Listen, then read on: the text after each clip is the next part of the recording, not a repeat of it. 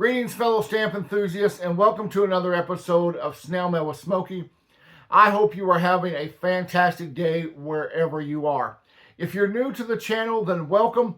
Here on Snail Mail with Smokey, we talk all things philatelic.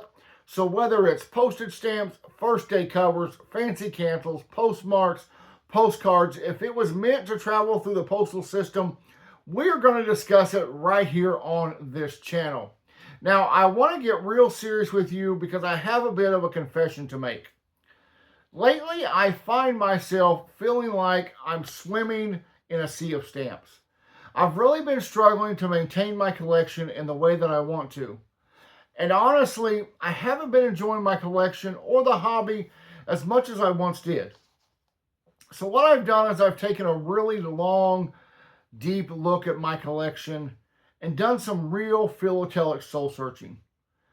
And I've come up with 5 strategies that I am committing myself to in the hopes of bringing the order and the passion and the excitement back to my collection.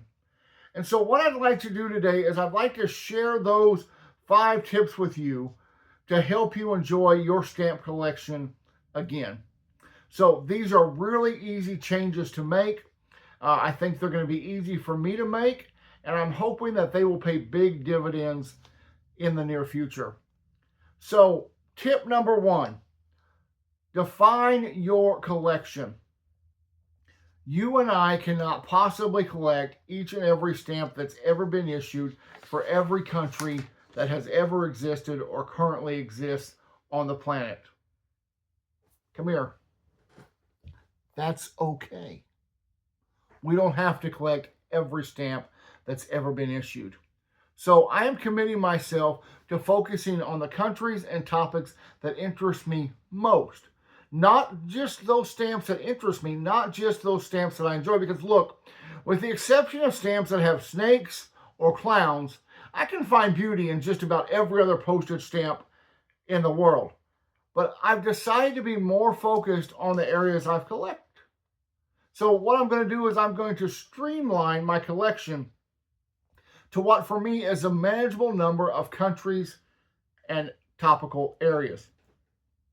So I'm cutting my collection back to the 5 micro countries of Europe: San Marino, Liechtenstein, Vatican City, Andorra, and Monaco. And then I'm going to keep a few topical collections, such as churches, sheep, long-necked animals, cartoons, and stamps that feature King George VI.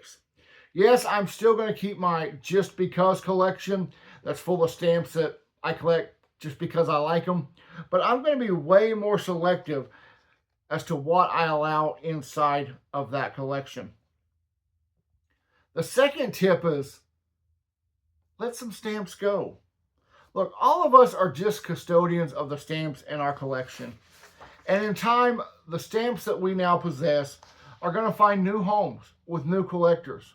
So what I've done is I have begun the process of going through my collection and donating some of the stamps that I have that have sat in boxes or envelopes or drawers for years.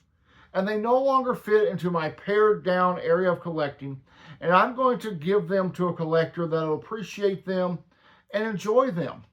Stamps should be enjoyed. They should be displayed. They should be housed properly.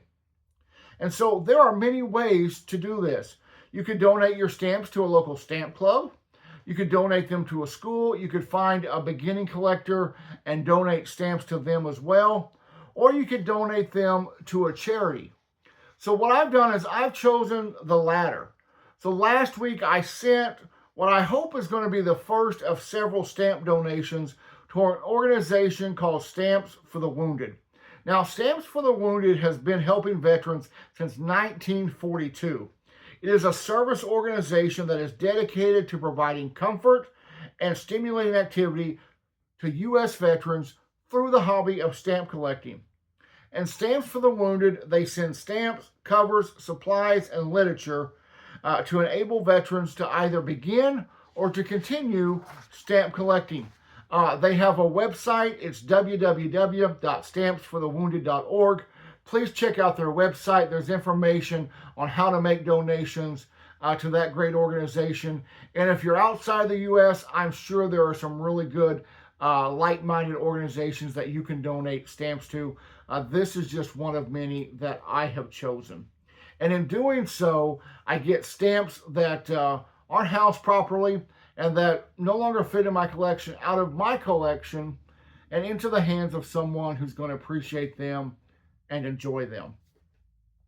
Tip number 3, not 2, 3. Organize, organize, organize. I am committing myself to get stamps out of boxes, out of envelopes, out of desk drawers, out of the closet, out of my coat pocket, wherever they're hiding, and into proper storage. So I find myself opening a box and find stamps that I purchased years ago. And look, don't tell anybody.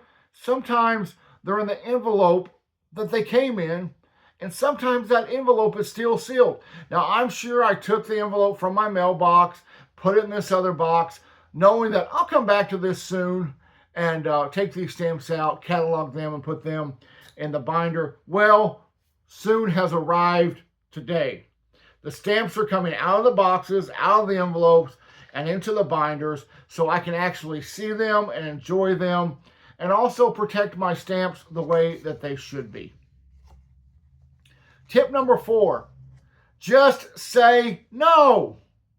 Look, this may be the hardest step for me, but it is one that for myself is very, very necessary.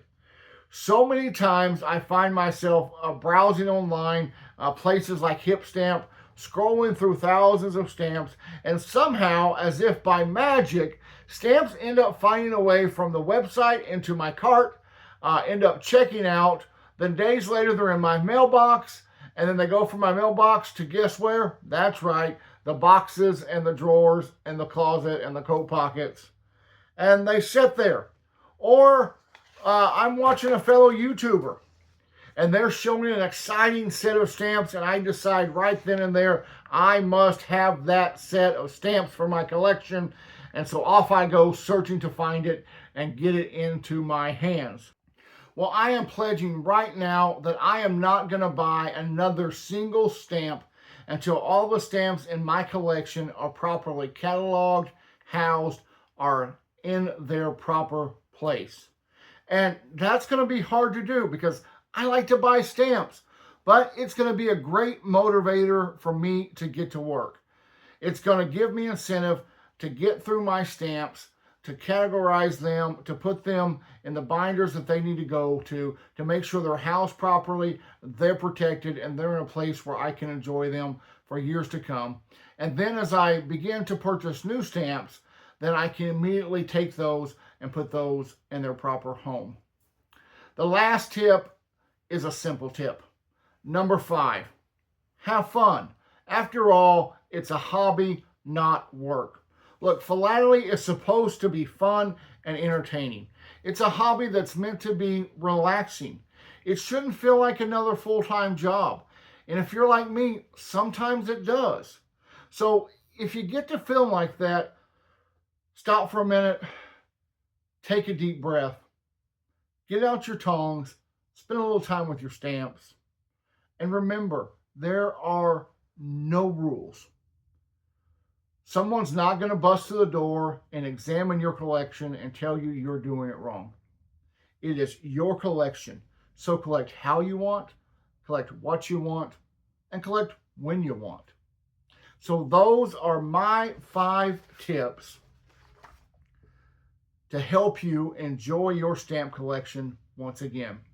I'll be implementing these tips into my collecting life, and I'll give you some progress the further I get into this and getting my collection exactly how I want it to be. I hope you've enjoyed this video. I hope these tips have been helpful for you. If you enjoyed this, don't forget to leave me a comment below and give me a big old thumbs up. And if you're not a subscriber, I would really appreciate it if you would hit that subscribe button right now. That's it for this episode of Snail Mail with Smokey. Thanks each and every one of you for watching. And until I see you next time, have a great day. Bye-bye.